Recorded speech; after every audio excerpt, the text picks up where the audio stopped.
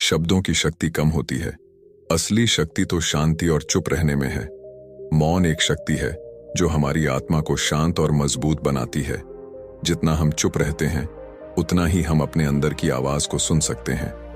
नमस्ते दोस्तों, इस कहानी को अंत तक जरूर सुने क्योंकि हर मोड़ पर आपको एक नई सीख मिलेगी। बहुत समय पहले की बात है। आश्रम के सभी बच्चे जब दूसरे कामों में लगे होते थे तो एक बच्चा एक कोने में बैठा चुपचाप अपने आप में खोया रहता था। वो अक्सर किसी से ज्यादा बात नहीं करता था। आश्रम की सभी जिम्मेदारियां पूरी करने के बाद जहां सभी बच्चे पूरे दिन की घटनाओं की चर्चा करने लगते हैं, वहीं पर वो शांत रहने वाला बच्चा एक बरगद के पेड़ के नीचे बैठकर ध्यान करने लगता। सभी बच्चों को आश्चर्य होता था क्योंकि उसका कोई दोस्त नहीं था। वो अक्सर आश्रम में अकेला ही घूमता रहता था। ये देखकर उसके गुरु को बड़ी प्रसन्नता होती थी। उसे लगता था कि कोई तो है आश्रम में जो मौन यानी कि चुप रहने की ताकत को समझता है, उसके महत्व को समझता है। आश्रम के बारे में जब भी कोई जरूरी निर्णय लेना होता उसकी राय जरूर लिया करते थे, लेकिन यही बात गुरुजी के एक दूसरे शिष्य को बड़ी खटकती थी। क्योंकि वो गुरुजी का प्रिय शिष्य बनना चाहता था, इसीलिए वो गुरुजी के सामने दूसरे बच्चों के कामों में कुछ न कुछ कमियां निकालता रहता था, जिससे गुरुजी उसे महान समझने लग जाए। अक्सर वो अपनी जिम्मेदारियां पूरी तरह से निभाने का दिखावा भी करता, चाहे उससे कोई सलाह ना भी मांगे, लेकिन फिर भी वो उन्हें अपनी सलाह देता रहता था। वो बहुत ही बातूनी शिष्य था और आश्रम के दूसरे सभी बच्चों में बहुत प्रसिद्ध भी था, क्योंकि वो सबसे हंसी मजाक करता रहता था, उनसे दिन भर बातें करता रहता था, इसीलिए उसकी सबसे दोस्ती हो गई थी। लेकिन जब आश्रम के गुरु उसकी राय ना लेकर दूसरे बच्चे की राय लेते थे तो ये बात उसे बड़ी खटकती थी। उसे ये लगता था कि वो उस दूसरे बच्चे से ज्यादा बुद्धिमान है, लेकिन गुरुजी फिर भी उसकी तरफदारी करते हैं। ऐसा नहीं था कि गुरुजी को बातूनी शिष्य के स्वभाव के बारे में पता नहीं था, लेकिन गुरुजी उसे अपने तरीके से सीख देना चाहते थे ताकि उसकी ज्यादा बोलने की आदत, दिखावा करने की आदत, दूसरों में कमियां निकालने की आदत हमेशा हमेशा के लिए खत्म हो जाए और वो मौन रहकर ध्यान की गहराइयों को छुपाए। असल में हर सच्चे गुरु की यही इच्छा होती है। वो किसी तरीके से उस बातूनी शिष्य को एहसास कराना चाहते थे कि चुप रहने से ही उसे असीम सत्य को जाना जा सकता है। उस विराट का एहसास चुप होकर ही किया जा सकता है। एक दिन गुरुजी को एक तरीका सूझा। उन्होंने आश्रम के सभी बच्चों को अपने पास बुलाया और कहा कि मैं तुम सभी को दो दो हिस्सों में बांटकर अलग अलग गांवों में भिक्षा मांगने के लिए भेज रहा हूं, और जो भी दो बच्चे सबसे ज्यादा भिक्षा मांग कर लाएंगे उन दोनों को आश्रम की सभी जिम्मेदारियां निभाने का मौका दिया जाएगा। अपनी बात जारी रखते हुए गुरुजी ने बताया कि भिक्षा मांगने से हमारा अहंकार खत्म होता है, इसीलिए हर शिष्य पूरे मन से भिक्षा मांगे। कोई भी इस काम को औपचारिकता में ना लें, वरना तो वो अपने जीवन का बहुत बड़ा ज्ञान खो देंगे। आश्रम के गुरुजी ने जानबूझकर बातूनी शिष्य और चुप रहने वाले शिष्य की जोड़ी बना दी। बातूनी शिष्य के मन में सिर्फ एक ही बात चल रही थी कि इस बार उसे मौका मिला है और इस बार वो गुरुजी को दिखा देगा कि वो चुप रहने वाले शिष्य से कितना ज्यादा प्रतिभावान है। दोनों शिष्यों ने आपस में अपनी सहमति से निर्णय लिया कि दोनों गांव के अलग अलग जगह से भिक्षा मांगना शुरू करेंगे ताकि भिक्षा मांगने का काम जल्दी खत्म किया जा सके। चुप रहने वाला शिष्य हर द्वार पर जाकर अपने हाथ जोड़कर अपना भिक्षा का पात्र उनके सामने कर देता। उसके चेहरे पर एक सादगी और उसकी आंखों में एक एकांत होता था, जिससे भिक्षा देने वाले उसे भिक्षा देकर अपने आप को अनुग्रहित समझते थे। वहीं पर दूसरा बातूनी शिष्य हर द्वार पर जाकर उनको कुछ ना कुछ ज्ञान देने लगता था, जिससे ज्यादातर लोग उसे बिना भिक्षा दिए ही लौटा देते थे। पूरे गांव में भिक्षा मांगकर जब दोनों गांव के बीच में मिले तो बातूनी शिष्य ने देखा कि चुप रहने वाले शिष्य के पास उससे दुगुनी भिक्षा थी। ये देखकर उसे मन ही मन बहुत ठेस पहुंचा। लेकिन जब वो दोनों भिक्षा का सामान लेकर आश्रम की तरफ जा रहे थे तब बातूनी शिष्य को एक चालाकी सूझी। उसने चुप रहने वाले शिष्य से कहा कि हमें अपनी भिक्षा एक ही थैले में डाल लेने चाहिए। गुरुजी ने हम दोनों को एक साथ भिक्षा लाने के लिए कहा था। चुप रहने वाले शिष्य ने बिना कुछ बोले अपनी सारी भिक्षा उसके थैले में डाल दी।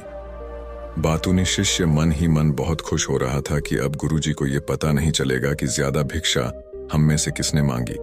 उसे लग रहा था कि गुरुजी मुझे इससे कम प्रतिभावान समझेंगे, इसीलिए उसने ये तरकीब लगाई। सभी शिष्यों के आने के बाद संध्या के समय जब सभी की भिक्षा तो ली गई, तो इन दोनों शिष्यों की भिक्षा सबसे ज्यादा निकली। गुरुजी ने इन दोनों का अभिवादन करते हुए आश्रम के सभी बच्चों के सामने उनकी पीठ थपथपाते हुए उन्हें मुबारकबाद दी और कहा कि मैं आश्रम का कार्यभार तुम दोनों को नहीं सौंप सकता। इससे आपसी मतभेद होने का खतरा रहता है, इसीलिए तुम दोनों में से जो ज्यादा भिक्षा लेकर आया है, आश्रम की जिम्मेदारी उसे ही सौंपी जाएगी। जब उन्होंने उनसे पूछा कि तुम में से ज्यादा भिक्षा कौन मांग कर लाया था, तो बातूनी शिष्य ने कहा कि गुरुजी, मैं इससे दुगनी भिक्षा मांग कर लाया था, लेकिन मुझसे गलती हो गई कि मैंने वो दोनों भिक्षा एक ही थैले में डाल ली। मुझे नहीं पता था कि आप ऐसा निर्णय लेने वाले हैं, वरना तो मैं अपनी शिक्षा का थैला अलग ही रखता। इस पर गुरुजी ने चुप रहने वाली शिष्य से पूछा कि क्या तुम इसके बाद से सहमत हो? क्या तुम इससे कम भिक्षा लेकर आए थे? ये सुनकर चुप रहने वाले शिष्य ने कहा कि गुरुजी, मेरे पास ऐसा कोई साधन नहीं है जिससे मैं ये साबित कर पाऊं कि मैं इससे ज्यादा भिक्षा लेकर आया था। असल में ये उल्टा बोल रहा है, दुगनी भिक्षा में लेकर आया था, ये मुझसे आधी भिक्षा लेकर आया था और इसी ने ही मुझसे भिक्षा एक थैले में डालने की बात कही थी। आश्रम से कुछ दूरी पर एक पहाड़ी थी जिसके पीछे सूरज अभी अभी संध्या के समय ढल रहा था। गुरुजी को तो पता था कि सच कौन बोल रहा है, लेकिन बाकी बच्चों के सामने सच साबित करने के लिए उन्होंने उन दोनों से एक सवाल पूछा कि पीछे पहाड़ी पर तुम्हें क्या दिखाई दे रहा है? यह सुनकर वाचाल शिष्य झट से बोल पड़ा कि गुरुजी, पहाड़ी के पीछे सूरज अपना रंग बिखेर रहा है, आसमान में लालिमा छाई हुई है, यह बहुत ही सुंदर दृश्य है। वो तो और भी बहुत कुछ कहना चाहता था, लेकिन गुरुजी ने उसे चुप करते हुए दूसरे शिष्य से जवाब जानने के लिए जब उसकी तरफ देखा तो उसकी आंखों में आंसू भरे हुए थे। श्रद्धा, भक्ति और प्रेम से उसकी आंखें भर आई थीं। गुरुजी को उससे पूछने की जरूरत ही नहीं पड़ी। गुरुजी ने सभी बच्चों को संबोधित करते हुए कहा कि मैंने सवाल किया था कि पहाड़ी के पीछे तुम्हें क्या दिखाई दे रहा है? ज्यादातर लोगों को यही दिखाई देगा कि एक बहुत सुंदर दृश्य है, लेकिन मजे की बात यह है कि सुंदरता बोलकर नहीं बताई जा सकती, उसे महसूस किया जा सकता है और सामने वाला उस सुंदरता को आपकी आंखों में देख पाता है। चुप रहने वाले शिष्य की तरफ इशारा करते हुए गुरुजी ने कहा कि असल में सुंदरता इसी बच्चे ने देखी है। दूसरे बच्चे ने सिर्फ सुंदरता की उपव्याख्या की है, लेकिन इसने वास्तविकता में उस सुंदरता को महसूस किया है। अपने आप को ऊंचा दिखाने की सभी कोशिशें नाकाम होती देख वाचाल शिष्य वहीं पर फूट फूट कर रोने लगा। उसको चुप कराते हुए गुरुजी ने कहा कि बेटा, मुझे पहले से पता था कि तुम झूठ बोल रहे हो, लेकिन मैं तुम्हें उस झूठ का एहसास कराना चाहता था। सभी बच्चों को संबोधित करते हुए गुरुजी ने बताया कि शब्द जाल की तरह होते हैं। हमारे ज्यादा बोलने की वजह से बहुत सारी समस्याएं पैदा होती हैं। जब कोई आदमी एक बात को बढ़ा चढ़ाकर बोल देता है तो उसे सिद्ध करने के लिए वो शब्दों के जाल में फंसता चला जाता है और इसी वजह से अंतर्मुखी होने की बजाय वो बहिर्मुखी होता चला जाता है। वहीं पर जिस भी व्यक्ति को अपनी अंतर यात्रा करनी होती है, उसे सबसे पहले चुप रहना सीखना होता है। जरूरत से ज्यादा बोलना या फिर हर वक्त बोलते ही रहना, ये सब हमारी अंतर यात्रा में बाधा बन जाती है। जब आप चुप रहने का अभ्यास करते हैं तो आप अपने साथ वक्त बिताने लगते हैं, जिससे कि आप अपने एकांत को जान पाते हैं। और एक बार अगर मन में एकांत स्थापित हो जाए तो आपकी आंखों में, आपके चेहरे पर वो सादगी, वो एकांत, वो स्पष्टता की झलक, सब कुछ सामने नजर आने लगता है। कुछ साबित करने को नहीं रह जाता, कुछ बताने को नहीं रह जाता, सब कुछ आंखों में देखा जा सकता है। चुप रहने वाले शिष्य की तरफ इशारा करते हुए गुरुजी ने कहा कि अभी जो दृश्य है इस बच्चे ने देखा, वो ज्यादा बोलने वाला आदमी कभी नहीं देख पाएगा। वो अपनी बुद्धि से तर्क वितर्क करता रहेगा कि उसे क्या क्या दिखाई दे रहा है, लेकिन उसमें से वो महसूस कुछ भी नहीं कर पाएगा। उसे दिखाई दे जाएंगे पहाड़, सूरज या फिर उसकी लालिमा, लेकिन उस सुंदरता को, उस विराट को, उस अद्वैत को वो कभी नहीं देख पाएगा।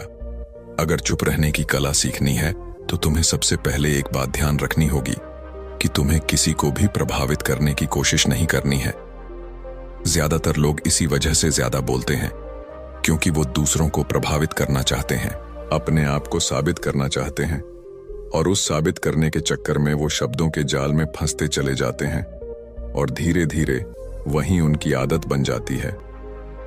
अगर कोई व्यक्ति दूसरों को प्रभावित करना चाहता है तो वो कितने लोगों को प्रभावित कर पाएगा? उसकी ये भूख बढ़ती जाएगी और वहीं संसार में सभी को कभी भी प्रभावित नहीं कर पाएगा। इसलिए यह समझने की बात होती है कि बहिर्मुखी होने की बजाय हम अंतर्मुखी होकर अपने आप को समझ सकते हैं। अपनी बातों को खत्म करते हुए गुरुजी ने अपना आखिरी संदेश दिया। उन्होंने बताया कि अगर कोई व्यक्ति ज्यादा समय तक चुप नहीं रह सकता तो उसे थोड़े समय से अभ्यास करना चाहिए। निश्चित संकल्प लेकर किसी व्रत की भांति दिन में कुछ समय या फिर हफ्ते में कुछ समय या फिर एक दिन चुप रहने का अभ्यास जरूर किया जाना चाहिए। इससे हमारी चुप रहने की आदत धीरे धीरे खुद ब खुद पनपने लगती है, क्योंकि एक बार जब हम चुप रहने लगते हैं तो हमें चुप रहने का आनंद पता चल जाता है। उसके बाद हमें प्रयास नहीं करना पड़ता, बल्कि हमारा मन आनंद की तरफ अपने आप बढ़ता चला जाता है। चुप रहने की कला सीखने के बाद आपकी बुद्धिमानी और आपकी स्पष्टता दोनों में बहुत ज्यादा फायदा होगा।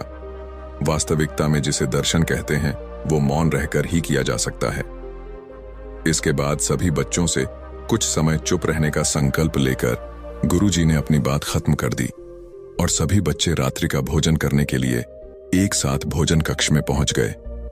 दोस्तों, आपने आज के इस वीडियो से आपने क्या सीखा वह मुझे आप कमेंट में बता सकते हैं।